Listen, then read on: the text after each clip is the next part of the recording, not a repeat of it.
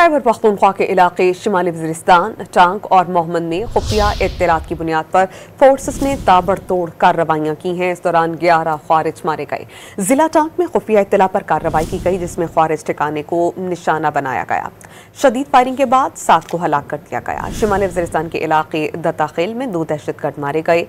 तीसरी कार्रवाई जिला मोहम्मद में की गई, वहाँ भी 2 दहशतगर्द हलाक किए गए। खैबर पख्तूनख्वा के इलाके शिमाली वज़ीरिस्तान, टांग और मोहम्मद में खुफिया इत्तलात की बुनियाद पर फोर्सेस ने ताबड़तोड़ कार्रवाइयाँ की हैं। इस दौरान 11 ख्वारिज मारे गए।